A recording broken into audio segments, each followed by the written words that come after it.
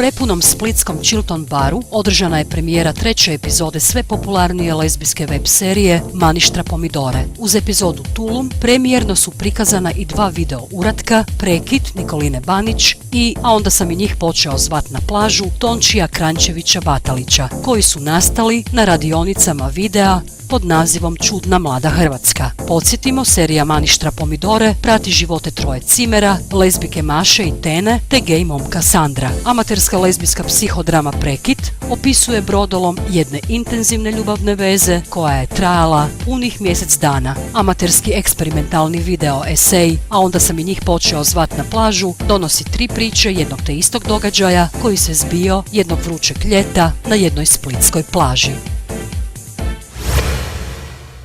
U pismu biskupima, etnolozi i antropolozi sa Zagrebačkog, Zadarskog i Riječkog sveučilišta te Instituta za etnologiju i folkloristiku, ali i njihove kolege iz inozemstva, reagirali su na nedavnu poruku biskupa Hrvatske biskupske konferencije o obitelji u zakonskim odredbama i Istanbulskoj konvenciji. Rekli su da se takvim izjavama unosi zabuna u javnost jer se tvrdi da postoje antropološki temelji poimanja obitelji te da oni čvrsto definiraju jedan tip obitelji kao neku vrstu idealnog i jedinog mogućeg tipa društvene organizacije. Navode i kako biskupi nešto dalje u poruci, ali u dijelu koji mediji nisu prenijeli, ipak preciziraju kako se u njihovoj poruci pojam antropologija odnosi na kršćansku antropologiju koja doista ima temeljna i neupitna poimanja čovjeka i obitelji, ali oni nisu posljedica znanstvenog istraživanja kulture, već se radi o razumijevanju čovjeka na temelju božanske objave. Stoga više od 40 antropologa i etnologa koji su potpisali otvoreno pismo mole biskupe da ubuduće precizno definiraju na koju antropologiju misle kako se ne bi unosila zabuna u javnost.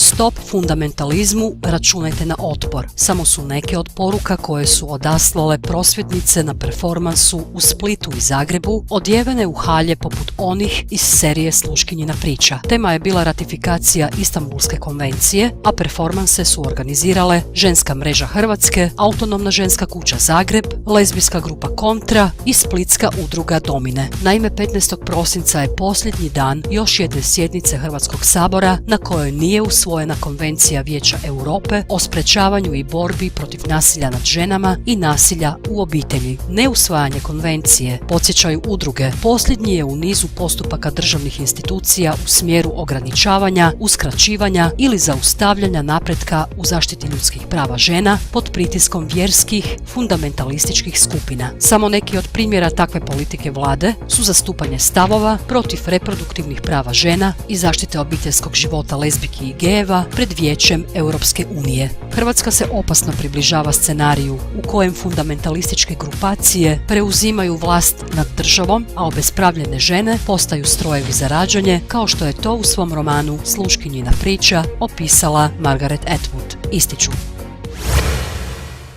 područje Zapadnog Balkana, kao i velik dio svijeta, nije iznimka kad su posrijedi nedostatna zakonska zaštita, diskriminacija i manjak podrške za LGBTI osobe. O tome govori projekt Outspoken u kojem sudjeluju pojedinke i pojedinci iz Albanije, Bosne i Hercegovine, Hrvatske, Crne Gore, Slovenije, Srbije i Makedonije. Njihove se seksualne orijentacije i rodni identiteti razlikuju, no zajedničko im je da su svi doživjeli stigmatizaciju i prošli životne borbe da bi mogli biti i živjeti to što jesu. U Outspokenu je sudjelovala i Helena Vuković, domaćoj publici zasigurno najpoznatije lice iz galerije, koja je tužila vojsku Srbije i dobila spor. Vraćena je u vojsku, ali tamo ju je čekala, kako kaže, tiha diskriminacija, nakon čega se umirovila.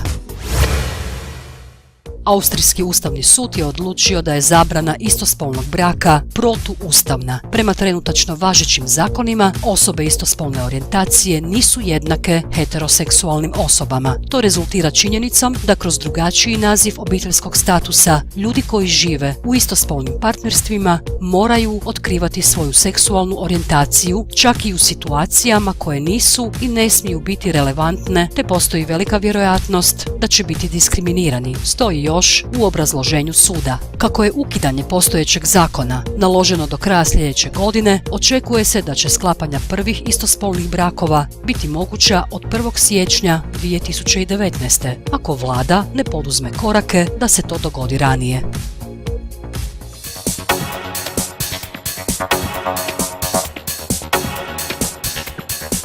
Audiovizualni pregled vijesti prilagođen je slijepim i slabovidnim te gluhim i nagluhim osobama, a ostvaruje se uz financijsku potporu Fonda za poticanje pluralizma i raznovrsnosti elektroničkih medija.